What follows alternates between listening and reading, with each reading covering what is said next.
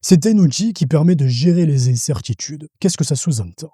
Ça sous-entend qu'on va l'utiliser dans les projets très complexes, avec beaucoup d'incertitudes concernant les livrables et la solution finale qui sera proposée au client. Pourquoi? Car les besoins du client évoluent tout au long de la création du produit et de la solution. C'est notamment le cas dans tout ce qui est IT et marketing. À partir du moment où la solution finale n'est pas standardisée et que l'on ne vend pas la même solution à tous les clients et qu'elle répond aux besoins spécifiques de chacun des clients et que les clients participent activement à la création de leur propre solution, les outils type Scrum deviennent une nécessité, car c'est ce qui permet à la société de pouvoir livrer de la valeur tout au long du projet au client et donc d'ajuster, d'optimiser et de corriger en fonction du retour du client. D'accord? Donc à partir du moment où on est dans des projets complexes, incertains et où la solution doit être proposée à un client spécifique, on est obligé d'utiliser des outils type Scrum. Et la question à se poser du coup, c'est comment ça fonctionne? C'est ce que je vais t'expliquer tout de suite. Comme tu peux le voir, l'outil se décompose en 5 étapes bien spécifiques et bien distinctes. Si tu veux, ça ressemble à une chaîne de valeur. L'objectif, comme on l'a vu, c'est de venir découper le travail en petites briques afin de pouvoir livrer régulièrement quelque chose de tangible au client pour qu'en fonction de ses retours, on puisse inspecter et adapter chaque itération. La première étape, c'est de venir créer le carnet de produits, plus communément appelé le Product Backlog. On va venir lister la totalité des fonctionnalités qui seront présentes dans la solution finale. Et l'objectif, c'est de venir, dans un premier temps, les classer par ordre de priorité. Comme ça, on va traiter, au fur et à mesure du projet, les fonctionnalités qui ont la priorité absolue sur les autres. Et à la fin du projet, on se focalisera sur les fonctionnalités qui n'étaient pas forcément prioritaires au départ. Pour l'étape numéro 2 et 3, histoire de simplifier les choses, on va considérer que c'est une seule et même étape. Ici, avec le support des équipes, on va créer ce que l'on appelle un sprint backlog. L'objectif, c'est de venir créer une liste de tâches restreintes et de choisir une ou deux fonctionnalités au maximum qui étaient déjà de base listées et classées par priorité dans le backlog initial, histoire par la suite de venir créer et lister la totalité des tâches et des actions qui vont devoir être réalisées pour créer la fonctionnalité en question et donc livrer au final de la valeur au client. Et pour pouvoir faire en sorte que ça fonctionne, on crée et on utilise ce que l'on appelle un sprint. Et là, il faut faire très attention parce que le sprint, c'est vraiment la base et les fondations du modèle Scrum. Le sprint s'apparente, si tu veux, à du travail en cycle court, où on va venir travailler en fonction des projets entre 1 à 4 semaines sur l'atteinte d'une seule et même fonctionnalité bien spécifique.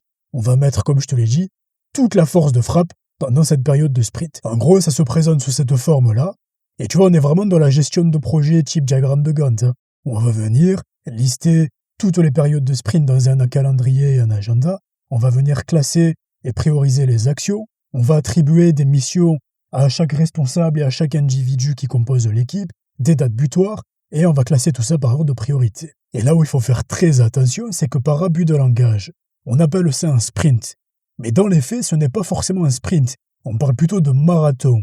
L'objectif, c'est de fournir toujours le même effort du début jusqu'à la fin du projet. Ne jamais oublier que derrière tout ça, il y a la fameuse philosophie managériale d'amélioration continue, du lean management et du modèle TPS. Et donc, il y a beaucoup d'équipes et d'entreprises qui utilisent le modèle Scrum, mais qui ne l'utilisent pas de la bonne façon et qui confondent période de sprint et période de rush. D'accord? Et ça amène à énormément de dérives, comme des équipes surchargées, une pression constante et permanente, devoir courir après les objectifs, t'as des équipes qui travaillent jour et nuit, et au final, on bascule dans du micromanagement, et ça, c'est la pire des choses à faire.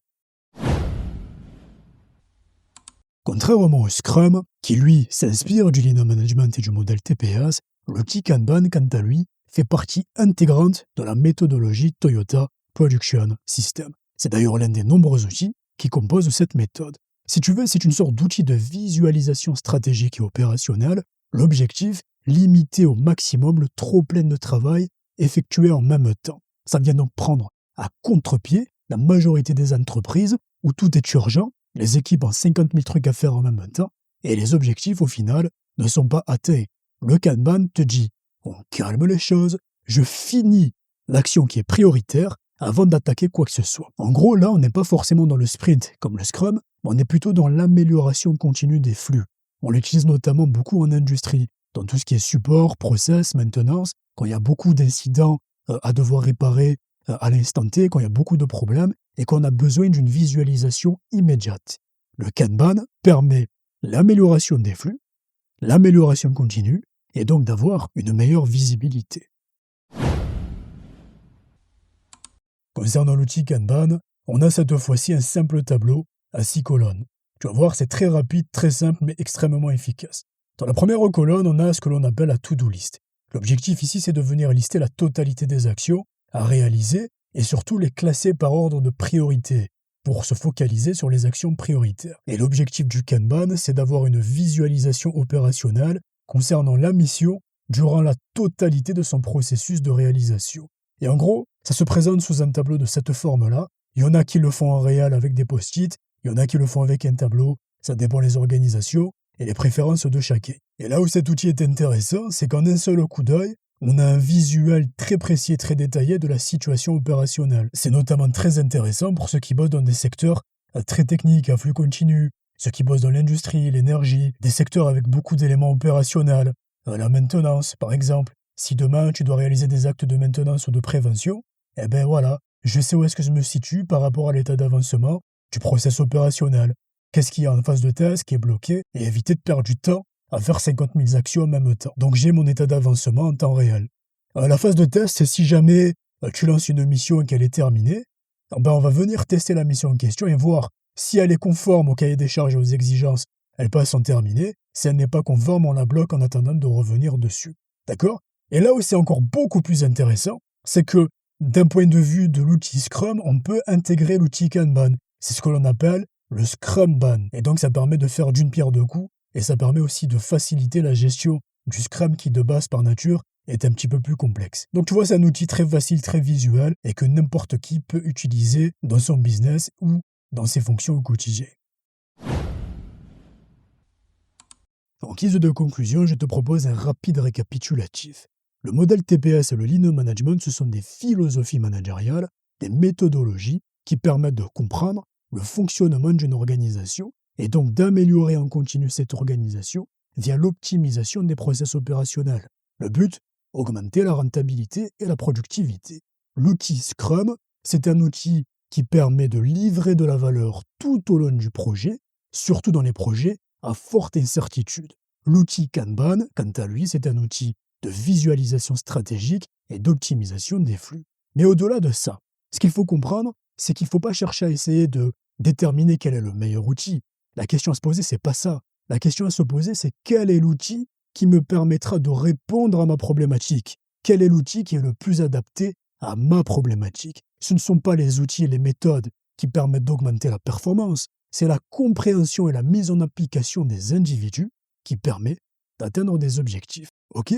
Bon, c'est la fin de cette vidéo. Si cette vidéo t'a apporté un minimum de valeur, fais-moi le savoir en commentaire et laisse-moi un petit j'aime pour soutenir la chaîne. Quant à moi, je te dis à bientôt pour un prochain partage de valeur. Ciao.